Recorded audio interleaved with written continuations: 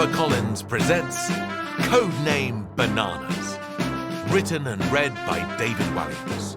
Also starring Genevieve Gaunt, Peter Serafinowicz, Sarah Alexander, Toby Jones, Wayne Forrester, Adwa Ando, Nina Wadia, and Nitin Ganatra.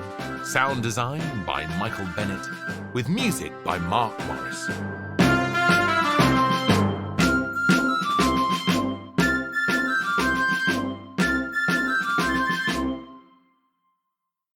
London, December 1940, World War II. Britain has been in a bitter war with Nazi Germany for over a year. It is the height of the Blitz, and Nazi bombs rain down on the city. The people of London live in fear, as do the animals of the city, particularly those in London Zoo.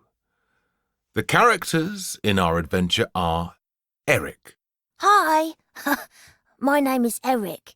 This short, shy 11-year-old boy has sticky out ears and wears glasses with one of the lenses cracked. Sadly, like many children of the time, Eric lost both his parents in the war. Now an orphan, he is withdrawn and sad most of the time. The only thing that makes the boy happy is visiting London Zoo. There he has formed a very special friendship with a huge furry friend. More of her in a moment. Uncle Sid. Hello, I'm Uncle Sid. Nice to meet you. Sid is Eric's great-uncle and the oldest keeper at London Zoo. He has worked there for longer than anyone can remember, including him. Like many men at the outbreak of the First World War, he enlisted to become a soldier. However, on his very first day on the battlefields of France, he stepped on an enemy mine and lost both his legs. Nowadays, Sid gets about on tin legs, but nothing can dampen his fighting spirit. The zookeeper would give anything to be able to battle the Nazis and prove himself to be a hero once and for all. Grandma. What was that? Oh, hello, I'm Grandma. Eric's grandmother is a fearsome character. She dresses from head to toe in black shoes, black coat, and black pillbox hat. The deaf old lady never goes anywhere without her ear trumpet, which helps her hear. This doubles as a weapon to bash folks out of her way. When Eric became an orphan, she took the boy in to live with her. As much as he loves his grandmother, Eric finds it hard to be around her, as she is so very strict. Bessie.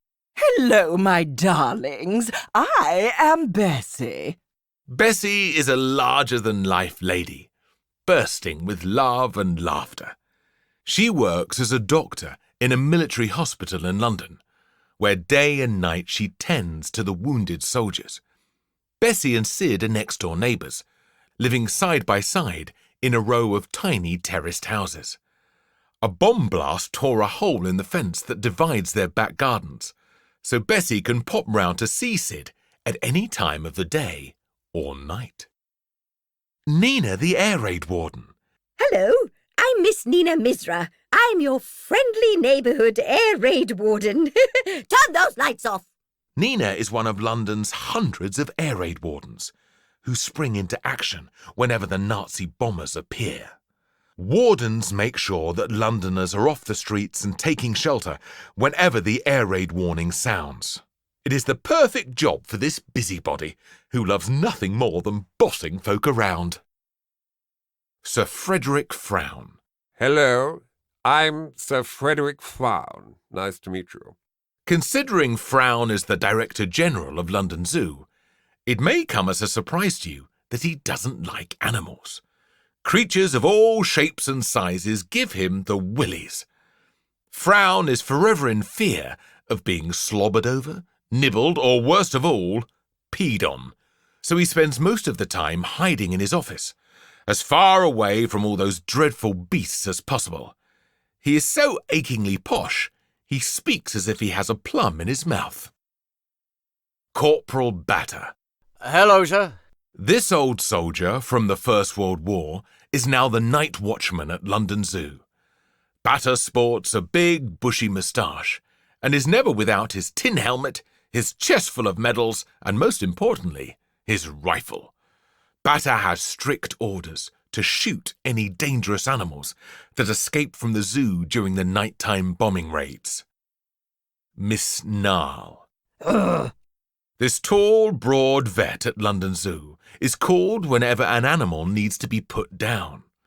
Armed with a needle full of poison, the sinister Narl adores her work. The bigger the animal, the better. She is a disturbing character who speaks only in growls. Helene and Bertha. Hello, I am Helene. And I am Bertha. These mysterious elderly twin sisters run a deserted guest house at the British seaside town of Bognor Regis. The guest house, Seaview Towers, has not had a guest for years. So what are the strange pair doing there? Perhaps their glamorous appearance hides something darker below the surface. Captain Spear. Hello, my name is Spear. Spear is the elegant but ruthless commander of a Nazi U-boat or submarine. The Führer, Adolf Hitler himself, the evil Nazi leader who seized power in Germany, has personally sent Spear on a top-secret mission. The mission has taken the U-boat to the south coast of Britain, where it is lurking, ready to strike. If Spear succeeds, the course of the war will take a dramatic turn, making a Nazi victory certain. Winston Churchill. Hello. The British Prime Minister is a big, balding man, always dressed immaculately in three-piece suits, bow ties, and Homburg hats. Winston Churchill is famous for his stirring speeches, his dogged determination, and his fondness for brandy and cigars. He is seen by many as the only leader who can lead Britain to victory over the Nazis. And last but not least, Gertrude the gorilla. One of the oldest animals at London Zoo, Gertrude is also the most popular. She is the zoo's star attraction. Children delight in the old ape's escapades, as she loves to show off for the crowds, especially for a banana or two. Gertrude loves to blow raspberries at the visitors. The gorilla has formed a special friendship with one child in particular, a short, shy boy in cracked glasses, who goes by the name of Eric.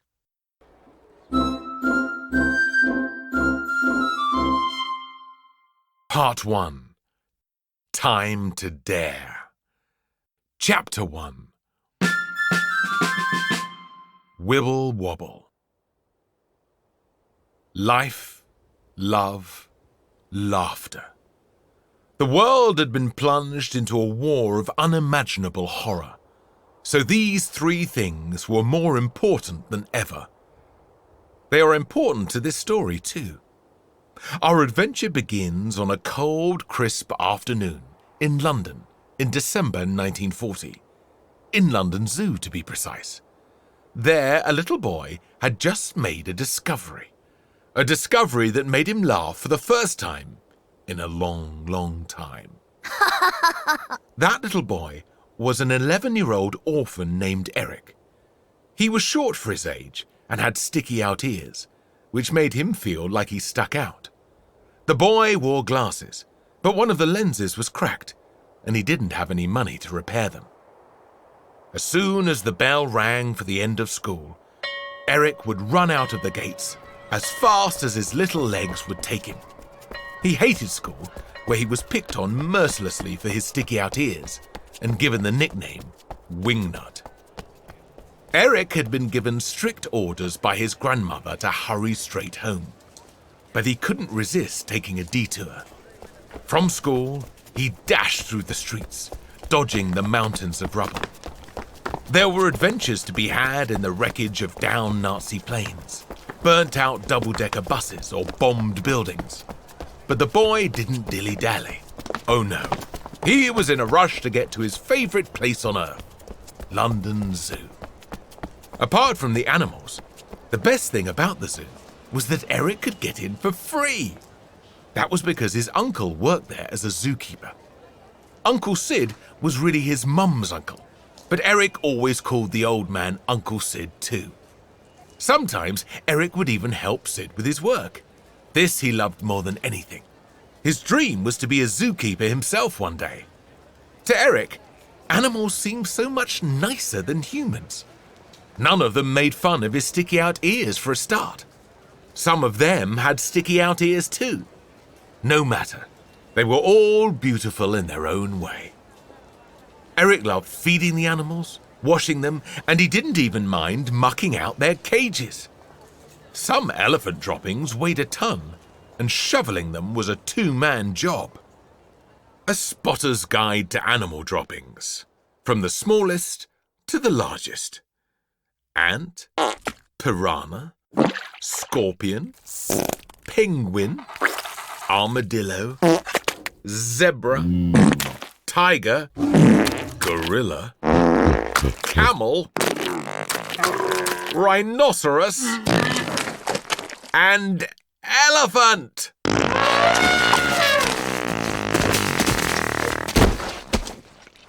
Sid would smuggle Eric in through the back entrance to the zoo. That way, he would not have to pay the entrance fee of 6p, a small fortune for a small boy. Eric didn't have a penny to his name, let alone 6. So, at 4 o'clock on the dot each day, Eric would arrive at the staff gate. In what resembled a military operation, he would remain out of sight and knock 3 times. Then he would wait in silence until he heard "Twit-troo!" This was his great-uncle imitating the call of an owl. That sound meant the coast was clear. The next thing the boy would hear was the old man approaching. Sid had tin legs. His real ones had been blown off in the First World War. Whenever he walked, there was the sound of clinking, clanking, and clunking. Password? The man would hiss, hiding on the other side of the gate. Wibble, wobble. The boy would reply. Chuckled Sid as he opened the gate. In you come. The password was different every day. The boy would invent a new one each time to make his great-uncle laugh. Some of their favourites were monkey nuts, king pong, ants in your pants, nicky nacky noo, hippopotamustache, jelly bottom, wee willy winky, udder fudder, finky foo far, and Sir Humphrey handbag. Thanks, Uncle Sid. How was school today? Asked the old man. There was a strong family resemblance. Sid was short and had sticky-out ears too. However, he also had big bushy eyebrows and an even bushier beard, so that was where the family resemblance ended. Because of his tin legs, the old man was unsteady on his feet, which were also made of tin. Sid looked like he was going to topple over at any moment. I hate it. Huffed the boy. I don't know why I bother asking. The kids pick on me about my ears. Your ears look perfectly normal to me. Said the old man, as he waggled his own sticky-out ears with his hands to make the boy laugh. Don't let the bullies get you down. It's what's in here that counts. Said Sid, clutching his heart. You are a smashing boy. Don't ever forget that. I will try not to. Don't you have any friends at school? Not really. Replied the boy sorrowfully. Well, I know all the animals here are your friends. They love you as much as you love them. The boy hugged the old man, nestling his head in Sid's big round tummy. Whoa! Exclaimed Sid, flapping his arms around as if he were a penguin trying to take off. Sorry. I always forget about those tin legs. Don't worry. You'll be able to sell me off for scrap metal when I'm gone. He joked. The boy smiled. You're funny. There may be a war on, but you have to keep smiling and laughing. Oh, what else are we fighting for? I'd never thought of it like that. Pondered the boy. But you are right, Uncle Sid. Do you need a ham of anything today? Oh, you are a good boy. But I've done all the mucking out. You go and enjoy yourself. Thanks. I always do. I know the animals will be pleased to see you after last night. The boy immediately knew what he meant. Last night had been the worst bombing raid by the Nazi Air Force, or Luftwaffe, in London since the war had begun. As soon as the air raid warning went off, I woke Granny up. She doesn't hear too good. Yes, I know. She's deaf as a post. And even though I was still in my pyjamas and Granny was in her nightdress, we ran to Blackfriars Tube. We slept the night down in the station with hundreds of others, right there on the platform. How was it? Noisy, I bet. And smelly. Not the best night's sleep I've ever had. No, but at least you and Granny were safe. Where did you hide out? Me? The air raid warden ordered me to run for shelter, but I came straight here to the zoo. I had to be here to take care of the animals, try to keep them calm. The boy winced at the thought of them all suffering. How were they? I did my best, but the bombs just kept on coming. Boom, boom, boom. I'm afraid to say your friend took it hardest. She can't bear the noise of the bombs. Frightened out of her wits she was. The boy gulped with fear. I better go and see her right away. You do that. I know you always cheer her up like no one else can. The old man ruffled the boy's hair. Eric ran off in search of his friend. To Eric, London Zoo was a wonderland. He had never been outside London in his life. But here, in half a square mile of the city, were the most magical creatures from all over the world. Elephants, tigers, penguins, giraffes, zebras, bears, lions, warthogs, crocodiles. But there was one animal in particular that Eric loved more than any other. The gorilla. Her name was Gertrude. Gertrude, the gorilla.